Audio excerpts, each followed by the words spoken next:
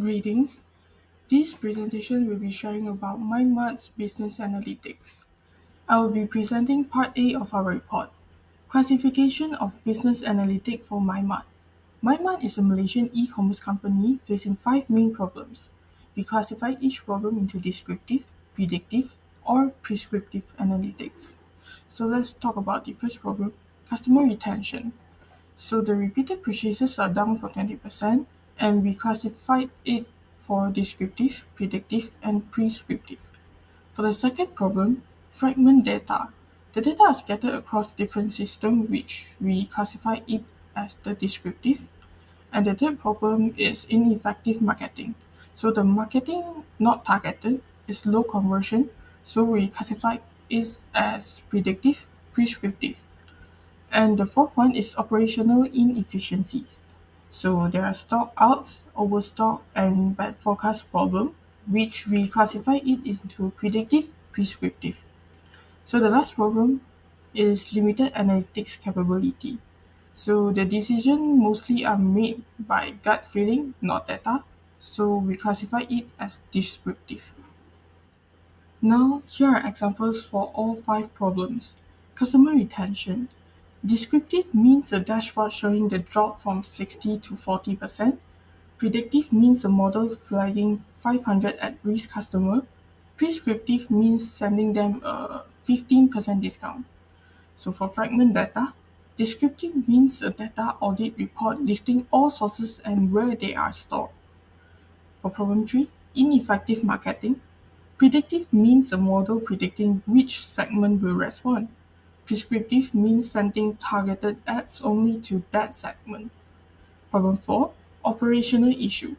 Predictive means forecasting next week demand, and prescriptive means prescribing how many units to order per warehouse. The last problem, limited analytics. Descriptive means a survey showing 80% of the decisions are made without looking at data. So that concludes part 8. Thank you. We'll talk about the types and also category of data that Mama needs to collect and also analyze to support better decision making across its operation. Mama data is being classified across three key dimensions. The first is by nature. Data can be either quantitative or qualitative. Quantitative data refers to the numerical information such as sales revenue, delivery time, transaction frequency, and also inventory levels. This allows the MIMA to spot the trends and also measure the performance objectively. Qualitative data refers to the non-numerical information such as customer feedback, product reviews, and also social media comments. This helps the MIMA to understand why problems are happening, such as why customers are dissatisfied with the delivery or product quality. The second dimension is by source. Primary data is collected directly by MIMA through the surveys, feedback forms, and also interview. This provides a specified and also relevant insight into customer expectation and also service gap. Secondary data such as historical sales record and also third-party logistic report is assessing data that can support trends analysis and also long-term strategy planning. The third dimension is by structure. Structured data like CRM records and also transaction history is well organized and also ideal for the routine reporting and also daily operation. Semi-structured data such as website clickstream data and also mobile apps logs give the MIMA insight into how customers behave online, which enable more personalized marketing. Unstructured data like social media posts and also image, this can help the MIMA understand broader customer sentiment and also brand perception. Thank you. Thank you, Ziqi. Now I will explain the impact of data quality on MindSmart decision making. MindSmart collects data from many channels, so data quality is very important. Poor data can lead to wrong decision and low customer satisfactions. First, accuracy means data must be correct. If delivery or inventory data is wrong, management may be misunderstand on the situations. Second, completeness means no missing data. Without full customer data, MindMart cannot understand customer behavior. Third, consistency means data should match across system. If not, it creates confusion and reduce trust. Next, timeliness means data must be up to date. All data can cause poor forecasting. Relevance means using useful data. For example, traffic alert is not enough without conversion data. Validity means data must follow correct format. Wrong data can lead to inaccurate analysis. Uniqueness means no duplicate record. Duplicated can affect important results like retention rates.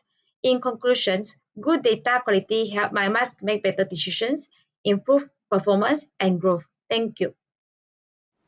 We apply the CRISP-DM framework to MyMart. First, in the business's understanding phase, MyMart is facing issues such as low customer retention, ineffective marketing, and operational inefficiencies. Therefore, the main objective is to improve decision-making using data.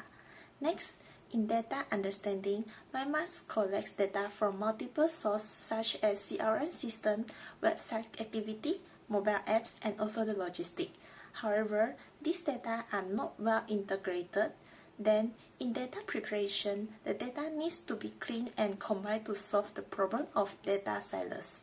After that, in the modeling phase, techniques such as customer segmentation, churn prediction, and demand forecasting can be applied. Finally, the results are evaluated and deployed into businesses' operation to support better decision making. So, among all the phases, data preparation is the most critical because it directly affects the quality of all subsequent analysis. So, without proper data preparation, the data may contain missing values, inconsistencies, and duplicate records.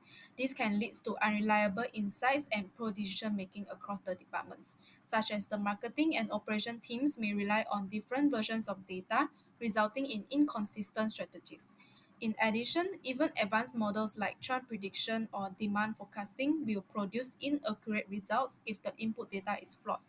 So, therefore, data preparation is the strategic necessity.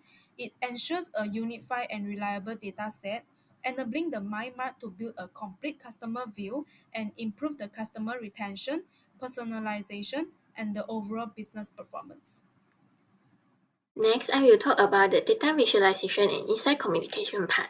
In this part, we recommend different data visualization techniques based on MyMart key business problem. Firstly, for customer retention, line chart and cohort analysis are used to show the trend over the time and compare the retention across the different customer group. Besides, bar chart can be used to categorize customer feedback. It allows MyMart to identify the main sources of dissatisfaction. Secondly, for marketing performance, bar and pie chart are used to evaluate campaign effectiveness and channel contribution, while funnel chart help identify where customers drop off in the conversion process. Lastly, to improve the operation efficiency, MyMart can use dashboard to monitor their KPI, and a dual axis line chart help to identify the gap between demand and inventory level. In conclusion, business analytics help MyMart transform data into actionable insight to address their different issues. This enables MyMart to make better decisions, enhance customer experience, and optimize their operation. So that's all of our presentation. Thank you.